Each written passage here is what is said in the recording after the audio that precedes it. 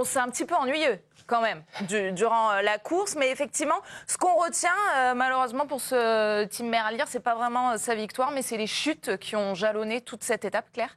Ouais, après c'est quand même assez commun ou habituel. Justement, je fouillais un peu mes fiches et Merlier, la dernière fois qu'il gagne une étape, c'était en 2021 et j'avais mis exactement le même commentaire, je crois. 3 chutes dans les derniers kilomètres, enfin des trucs, voilà. C'est de sa faute. En fait, mais bah oui. c'est vous qui faites, enfin c'est toi qui fais le raccourci. Alors, attendez, on va mettre tout ça sur le dos de Coquard. Moi, tout de suite, je prends la défense. C'est de sa faute. Non, mais est-ce que c'est parce qu'il y a eu un faux rythme, justement, et que nous, téléspectateurs, on s'est un peu ennuyés, qu'il y a eu autant de chutes? Voilà, on est ennuyé des chutes, mais l'étape a été effectivement d'un ennui mortel. Et le paradoxe, c'est que c'est lié. C'est lié, et la faute à qui? La faute à Coquard, à Merlier? Non, bien sûr. La faute au vent. La faute au vent qui soufflait de face, et la faute au coureur aussi. Hein.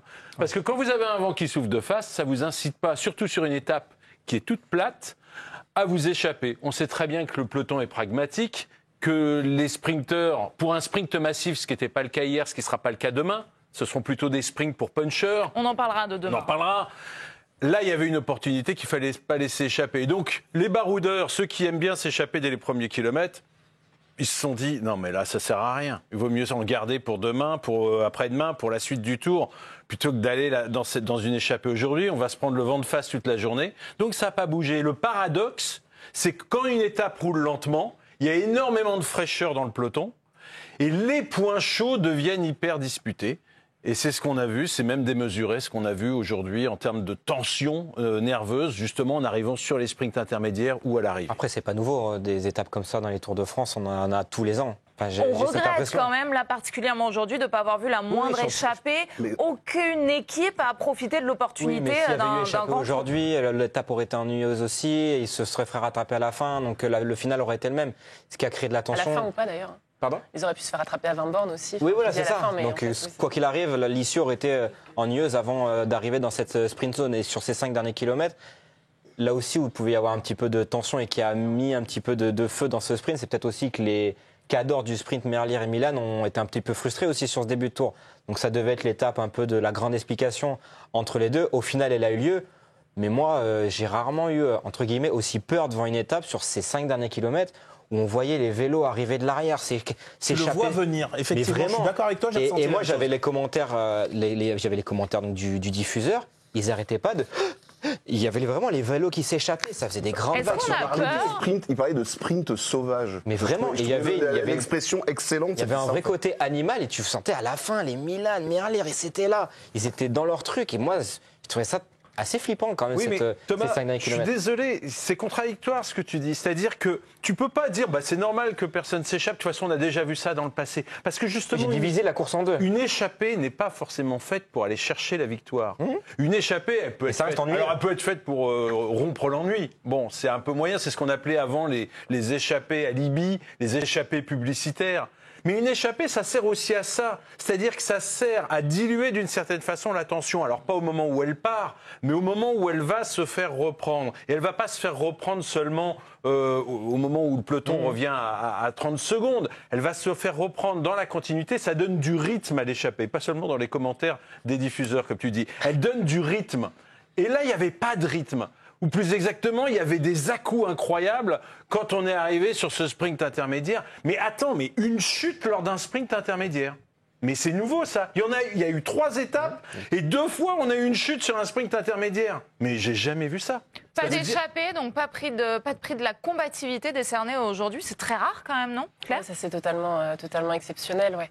Mais c'est vrai qu'il y a plusieurs raisons à ça. Alors je vous rejoins complètement Thomas et Patrick sur les raisons. Il y en a une autre aussi, c'est que déjà on a vécu 2 étapes super difficiles, dont la première qui était normalement réservée aux sprinters. Alors, Philipsen avait pris le maillot jaune, mais il y a quand même eu une course énorme. Ça arrivait à un petit. Donc quoi, on a profité d'aujourd'hui pour se reposer un peu ? Mais c'est peut-être un peu ça aussi, à un moment de lever le pied. Et là, il faut aussi mettre en cause tout ce qu'on dit. Voilà, le cyclisme, les observateurs tapent sur le cyclisme pour le dopage, etc. Mais on ne peut pas taper sur le dopage et après se plaindre d'une étape où finalement les coureurs profitent aussi pour essayer de récupérer un moment. Enfin, on est aussi dans une lecture de logique par rapport à ça. Ça ne peut pas être 24 heures chrono chaque épisode. Tu ne peux pas avoir une espèce de surtension à chaque étape. Mais je pense que l'attitude et cette espèce de frisson qu'on avait. Moi, je rejoins Thomas parce que je me suis fait la même réflexion, ou en tout cas j'ai eu la même sensation. Tu as eu l'impression qu'il y avait une énorme pression, un énorme enjeu sur ce sprint-là. Pourquoi ? Parce qu'ils avaient raté plus ou moins la première étape, donc c'était un peu, normalement ça devait être un sprint massif, ça n'a pas été le cas. Et on voit bien que sur la structure de ce tour, il y a très peu de sprint massifs. Les fenêtres sont très choses comme ça. Et en plus, il y a autre chose qui rentre en compte. Donc, il y a nous, ce qu'on voit ici, le maillot jaune, les victoires d'étape, les trucs, la vitrine, très clairement. Mais avec Patrick, tout au long de l'année, c'est Patrick qui s'en occupe, on fait les classements UCI et des équipes qui descendent et qui montent. Et là, cette année, c'est très important pour les points, pour rester dans l'élite. Donc, pour beaucoup d'autres équipes qu'on ne voit pas normalement essayer. Enfin, si, évidemment, mais là, il y a encore plus d'enjeux et parfois même à plusieurs sprinters sur une seule équipe. Donc, il y a plein de choses qui expliquent qu'on se retrouve avec beaucoup plus de sprinters ou de coureurs qui ont beaucoup d'enjeux en fait. Mais donc quoi, ça les rend irresponsables ? Non, ce qui veut dire, ce que dit Claire, c'est que c'est pas, encore une fois, ce n'est pas seulement la victoire qui compte. Exactement. C'est qu'une place de 2, une place de 3, une place de 4, une place de 5, ça rapporte des points. Donc on se bat pas. Dans ceux qui sont tombés à l'arrivée, il y en a qui savaient probablement pertinemment au moment où ils ont déclenché leur sprint qu'ils n'allaient pas gagner. Mais ils se battaient pour être dans le top 10, c'est quoi ? C'est les 12 premiers, je ne sais même plus d'ailleurs, aux arrivées d'étape qui marquent des points UCI. Donc, on se bat pour faire la meilleure place. Et si on a deux coureurs, c'est-à-dire qu'avant, quand on vise la victoire, on a le lanceur qui lance son sprinter, d'accord ? Et le sprinter, il doit gagner. Mais si vous regardez, parfois, vous avez deux lanceurs, ou plus exactement deux sprinters, qui vont faire dans le top 10. Et ça permet de marquer 2 fois plus de points. On joue placé. On ne joue pas gagnant. Pour se sauver. Et ça, c'est peut-être un effet pervers, effectivement, de ces années. Je rappelle que le système de montée-descente en première division, c'est pas comme en foot, c'est pas tous les ans, c'est une fois tous les 3 ans. C'est des cycles de 3 ans et on est dans la 3e année. Donc c'est le moment évidemment le plus important et on est déjà dans la 2e partie de la saison. Comment on a vécu cette course au sein du peloton et on a des réactions avec vous, Camille ? Et oui, une réaction très forte, celle de Binyam Guérémé. D'ailleurs, on va vous entendre, Patrick et Claire, là-dessus. Il a fini 6e de cette étape, mais il nous dit on a couru en enfer aujourd'hui. Je suis simplement heureux d'avoir fini l'étape en bonne santé, sans encombre. À chaque fois que j'entendais des chutes autour de moi, mon cœur montait à 300 pulsations. À un moment, j'étais proche de m'arrêter de pédaler. On sait que c'est quand même un des cadors au sprint et dire à quel point il a peur. Il était à côté de Philipsen aussi. Sur la chute de Philipsen, il est juste à côté. Il évite de peu. Je pense qu'il doit voir Coquard commencer à avoir les pieds qui décrochent les pédales. Il fait un écart, mais lui, il a dû avoir peur. Mais c'est vrai, c'est ce qu'on a vu quand on les voit donner des coups d'épaule aussi. Non, mais c'est ça qui est fou. C'est qu'en fait, pour compléter ce que vient de dire Guermeil, on a eu hier, je fais un teasing de ce qui suivra tout à l'heure, mais on a eu l'enfer hier d'un public qui était hyper nombreux et qui a créé du danger. Et on a eu aujourd'hui l'enfer créé par les coureurs eux-mêmes. Franchement, les coureurs sont devenus fous aujourd'hui. Pour les raisons qu'on a expliquées, ça va trop vite, ça prend trop de risques et à mon avis, on n'a pas fini d'en parler. Et je reviens à ce que tu disais tout à l'heure, Thomas. Non, c'est pas tous les ans pareil. Oui, il y a des chutes tous les ans. On est d'accord. Un peloton au complet qui se lance dans un Tour de France avec les enjeux que représente le Tour de France, ça provoque des chutes. Moi, ce que je note cette année, la particularité, c'est que les chutes n'interviennent pas comme ça, un petit peu n'importe comment. Ça intervient à des moments où le peloton vrille complètement. Encore une fois, pour un sprint intermédiaire. Mais est-ce que, alors Patrick, est-ce que il n'y a pas un peu plus de nervosité? On a vu des épisodes là depuis le début du Tour. Alors après, ils font le coup à chaque fois de je m'excuse, mais c'est qui? Il y avait Jonathan Milan. Voilà. Avec Guermeil. Exactement. Il y avait Philipsen avec Coquard. C'est Ricard du coup, mais qui allait voir. C'est Ricard qui allait voir Coquard. Ricard aujourd'hui, il va voir effectivement Coquard et il le corrige un petit peu comme il faut. Il lui donne une taloche. Lui aussi, à mon avis, il faudra qu'il aille s'excuser. On sent qu'il y a de la nervosité, quoi. Oui, j'ai l'impression un peu plus que les années précédentes. Donc voilà, c'est ça, presque de la colère. Ouais.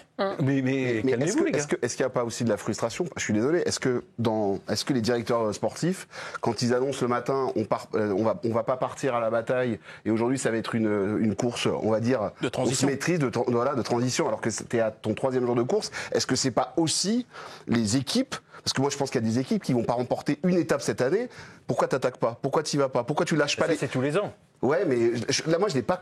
Franchement, on en a discuté avec Pierre tout à l'heure. J'étais dans la télé, je disais, mais c'est pas possible. Il n'y en a pas un qui veut attaquer. Il n'y en a pas un qui veut montrer le maillot. Il n'y a pas une équipe qui veut essayer le coup pour tenter. Ouais. Et en fait, tout le bazar qui arrive derrière, toute la tension qui arrive derrière, c'est de la faute aussi des consignes qui sont données. Moi, j'ai l'impression. Oui, moi, je vais te donner un exemple. Alors, j'avais pas prévu qu'on parlerait de ça. On n'a pas l'image, mais les gens qui ont regardé l'étape aujourd'hui l'ont probablement vu. On est à 30 bornes de l'arrivée à peu près.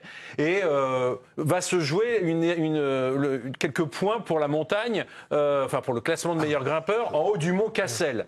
Et là, on a les deux premiers. Il faut savoir qu'au classement du meilleur grimpeur, les deux premiers appartiennent à la même équipe. C'est Tadej Pogačar et c'est Tim Wellens. Et Tim Wellens, il va demander au mec qui sont en tête du peloton, à son pote Evenepoel qui n'est pas dans la même équipe, les gars, j'y vais, mais je reviens. Hein. Je vais juste chercher un point pour la montagne. Et d'ailleurs, il le fait pour déposséder Pogačar de ce maillot et pour le soulager des sollicitations médiatiques liées à ce maillot. Mais ça, c'est de la stratégie. Mais oui, mais c'est justement pour ça que c'est incompréhensible. On le laisse faire. Alors, on a une équipe Visma, les The Bike, qui nous dit... C'est pas du vélo comme vous l'aimez, quoi. Va harceler Pogačar. Et là, Pogačar, il dit, moi, j'aimerais bien m'abstenir de faire les protocoles, ça me prend du temps et tout. Et personne ne va empêcher cette échappée d'aller au bout. Patrick. Non, il fallait le chercher et il fallait simplement neutraliser cette échappée. Et au moins, on était sûr que Pogačar gardait le maillot à poids sur les épaules. Et voilà, et il faisait le protocole ce soir. Je suis content d'avoir vu la même chose que Patrick. Mais qu'est-ce que tu comprends de l'attitude des autres équipes qui laissent l'équipe de Pogačar faire leur propre tambouille? Bon, alors attendez, j'y vais, je prends le point qui va le déposséder du maillot à poids. Enfin, pour une histoire, on l'a dit, là, visiblement de sursollicitation. Bon, ça me paraît un peu fumeux, mais bon, admettons. Enfin, et les autres, ils sont spectateurs de ça. Ouais, allez-y, faites-le. C'est pas fumeux. Il va faire le protocole. À un moment, il va prendre le maillot jaune. Oui. Là, il est obligé de faire le protocole, l'interview qui va avec, etc. pour un maillot à poids. Oui, hier, il dit, c'est peut-être la deuxième ou la troisième fois de ma carrière que je porte ce maillot. C'est sympa. Non, en réalité, c'est pas sympa du tout. Il en veut pas de ce maillot. Et s'il avait pris le jaune hier, ça aurait peut-être été la même situation, en fait. Peut-être qu'il aurait voulu le lâcher vite. En fait, on se rend vraiment pas compte, mais pour avoir fait le Tour de France sur place, les 2 dernières années notamment, c'est long quand même derrière. Même des fois, en fait, ils ont normalement obligation de passer sur les médias. Tiens, sur combien de temps? 10 minutes, 20 minutes, une heure de plus? C'est compliqué d'estimer, mais tous les jours, ça peut facilement être une demi-heure, mais plus même, en fait. Parce qu'après, il y a le contrôle aussi, antidopage, donc il y a plein de choses, en fait, qui se mettent en place. Et même parfois, quand les étapes se prolongent, notamment en montagne, Pogačar, plusieurs fois, il n'est pas venu à notre micro, à nous, parce qu'il a fait les médias officiels, diffuseurs, et donc derrière, il ne faisait pas les autres, quoi. Pour aussi limiter des choses, en fait. Donc, qu'il limite tout de suite, ça, à la limite, franchement, c'est totalement compréhensible. Et Dave, je veux juste dire un truc, c'est pas les équipes qui devaient réagir sur l'attaque de Tim Wellens quand il va chercher ce maillot, il va déposséder son leader de cette obligation protocolaire. Ouais. C'est juste l'équipe Visma de Vingegaard, son principal adversaire, qui doit ne pas laisser faire ça. Ou alors l'équipe de Remco Evenepoel, qui lui aussi prétend la victoire. Je sais pas. Et on a l'impression qu'ils étaient complètement apathiques par cette étape, endormis par cette étape, un petit peu comme les téléspectateurs bien accompagnés. Ou alors omnubilés par les histoires l'arrivée au sprint dont on a dit qu'il y avait un enjeu terrible. Peut-être que du coup, ça a anesthésié tout le reste de la course. C'est contradictoire ce que vous êtes en train de dire. Non. Mais si, parce que vous n'arrêtez pas de dire oui, sur tous les sprints, il y a des chutes, etc., etc. Là, ok, il y en a qu'un qui fait l'enjeu, etc. Mais au moins, il était quasiment sûr de ne pas chuter au sommet du Mont Cassel. Il y avait déjà eu une chute entre les deux Français. Oui, encore une fois, pour un point chaud, pour un point de la montagne. C'est contradictoire. Alors, on peut aussi dire, mais pourquoi aucun Français n'y va ? Puisqu'ils voulaient, il y a 2 jours, absolument avoir le maillot à poids. Alors, ils ne l'auraient pas eu ce soir, parce qu'ils étaient un petit peu en retrait au niveau des points. Mais il y avait un point à aller chercher, et personne n'a été le contester, effectivement, à Tim Wellens, parmi ceux qui sont dans le classement un petit peu plus bas. Et un point qui aurait pu servir demain ou après-demain pour prendre ce maillot à poids. Sur les sprints, j'ai l'impression aussi que ça va de plus en plus vite. Il y a peut-être aussi ça, c'est l'évolution aussi peut-être un peu dangereuse de ce sport, et peut-être que Patrick pourra être plus pointu là-dessus, mais j'ai l'impression que là, sur leur manière de développer le vélo sur la fin de course, les gabarits des mecs, j'ai l'impression que les vélos rendent beaucoup plus de puissance. Jonathan Milan, les sprinteurs, mais Milan, tu le vois arriver, il y a une commode qui sort du peloton, qui va t'arracher la ligne. Et je trouve qu'en fait, est-ce qu'il n'y a pas un côté pervers aussi de l'ultra-performance, des vélos qui vont de plus en plus vite, et du coup qui renvoient x10, x20, j'en sais rien, je ne sais pas comment ça fonctionne en termes de watts, mais que ça renvoie toute la puissance des cyclistes. Et c'est ça aussi peut-être le danger, c'est quand les équipes qui sont même plus des poissons pilotes comme on dit, c'est des trains entiers qui amènent leurs sprinteurs dédiés jusqu'à la ligne et qui s'écartent d'un coup. Est-ce que voilà tout ça mêlé, c'est-à-dire l'évolution technique et physique, morphologique des sprinteurs, mélangée à une stratégie, à une hyper-stratégie.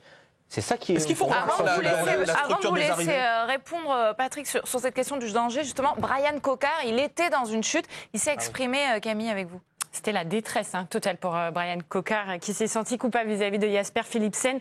Je ne sais pas ce qu'il s'est passé. Ce n'était pas mon intention de provoquer la chute. Je ne voulais pas prendre de risques. J'ai été déséquilibrée. Je tiens à m'excuser, même si ce n'est pas volontaire. Je ne suis pas un mauvais garçon. Et sachez qu'il a été en larmes, évidemment, lorsqu'il s'est exprimé au micro des diffuseurs. Et il a pris une vague de haine. Il est en train de prendre une vague de haine sur les réseaux sociaux. C'est vraiment affligeant. Il s'est fait gronder par les coéquipiers de Jasper Philipsen. C'est surtout ça qui, à mon avis, déclenche la vague de débilité à son encontre. C'est qu'on voit effectivement un équipier qui, lui, Rijkaard en l'occurrence, qui n'a rien vu. Enfin, qui n'a rien vu, qui a vu ça de loin, il ne peut pas savoir ce qui s'est passé. Je pense que même Cocard, au moment où ça se passe, ne réalise pas tellement. Milan fait une petite vague absolument pas condamnable pour déclencher son sprint. Lui, il est juste à côté, il se retrouve un petit peu coincé entre Milan et Rex, qui est sur sa droite. Il heurte Rex, il déchausse des deux pieds. Quand on déchausse des deux pieds, le vélo, il est incontrôlable. Il zigzague et il percute Philipsen. Et il est mortifié parce qu'il sait très bien qu'il percute celui qui porte le maillot vert, celui qui est l'un des grands favoris pour ce maillot vert. Lui-même est sprinter, il a beaucoup de respect, certainement, pour Philipsen. Oui, mais il suffit de regarder la séquence pour s'apercevoir qu'il est absolument pas volontaire, qu'il n'y a même pas eu, là, pour le coup, l'excès de nervosité dont on parle tout à l'heure, qui peut expliquer d'autres choses. Là, pour le coup, il y a aussi un mouvement. Enfin, c'est aussi le jeu. Alors, j'allais y venir à ça. C'est parce qu'on disait effectivement que tu nous expliquais qu'il y avait de plus en plus de sprinteurs présents qui jouent le sprint et non plus simplement des poissons pilotes qui amènent leur champion, on va dire. Est-ce qu'il ne faut pas un peu revoir aussi ces arrivées-là? Quand on sait qu'on va avoir un sprint massif, là, on a l'impression qu'il y a un effet goulot. Tu ne peux pas prévoir un vent de face sur une ligne d'arrivée. S'il y a autant de monde pour disputer ce sprint bien placé, si le peloton qui arrive n'est pas aussi étiré que d'habitude, c'est parce qu'on a un vent de face sur la ligne. Donc, là, je parle pour l'arrivée. Mais c'était le cas aussi pour le sprint intermédiaire. Donc, on attend au maximum pour déclencher le sprint. Et au moment où on déclenche, là, ça frotte dans tous les sens, etc. Non, c'était furieux. Mais alors, comment changer ça? Là, franchement, je crois qu'il faut... C'est inhérent. Il y a des moments... Bah oui, il y a des moments... élargir les routes. Hein. Mais tout à l'heure, ce que disait Thomas, il disait, le matos, ça a évolué. Oui, enfin, ta commode, là, ou ton armoire, t'as enfoncé une belle porte ouverte. Parce que ça fait des années qu'on dit ça. Ça fait des années qu'on dit les cadres hyper rigides, les cintres étroits, les machins. Bref, les vélos sont faits pour être de plus en plus difficilement maniables, mais de plus en plus aérodynamiques, légers, etc., etc. Donc oui, ça va beaucoup plus vite. Moi, juste, sur Brian Cocard, je voudrais juste tirer le chapeau. Je sais qu'il a vécu peut-être l'une des pires journées de course de sa vie. Mais moi, surtout que tu as vu le soleil qu'il fait à la fin. Mais en fait, moi, ce que je vois, c'est qu'il se fait brasser par l'équipe de Philipsen. Moi, je suis lui, je me mets derrière à la fin, là, et je tente rien. Et il tente quand même d'aller au sprint. Il tente d'aller à la bagarre, et il finit par faire un soleil à 300 mètres de l'arrivée. Et à 60 à l'heure. Voilà, à 60 à l'heure. Et le type, en fait... Il a réussi à s'écarter de ça, à se dire, ok, bon, il y a eu l'accident, je retourne, je fais mon métier, j'y retourne, et je trouve ça d'une bravoure exceptionnelle. Parce que je pense plus, ils étaient deux sprinteurs dans l'équipe. Oui. C'est-à-dire que je pense qu'ils auraient compris s'il n'avait pas voulu faire le sprint, parce qu'il y avait aussi Alexis Renard. Je ne sais pas s'il est vraiment dans le peloton à la fin, peut-être. Il y avait une chute aussi. Il est dans la chute. Il y a une chute avant. Je crois que c'est la chute avec Dole. Juste avant le sprint, il y a une chute qui sépare un peu. Où Evenepoel est pris dans la chute. Il n'était plus dans le coup parce qu'il a été victime d'une crevaison. On l'a entendu sur Radio Tour à un moment. Mais en tout cas, ils auraient pu se dire on joue pas à la carte Cocard aux gens. Evenepoel, c'est des égratignures, c'est très léger, a priori, tout va bien. Grand perdant, donc c'est Philipsen qui a déclaré forfait. Il est galère, le maillot vert donc ne disputera plus la suite de ce Tour de France.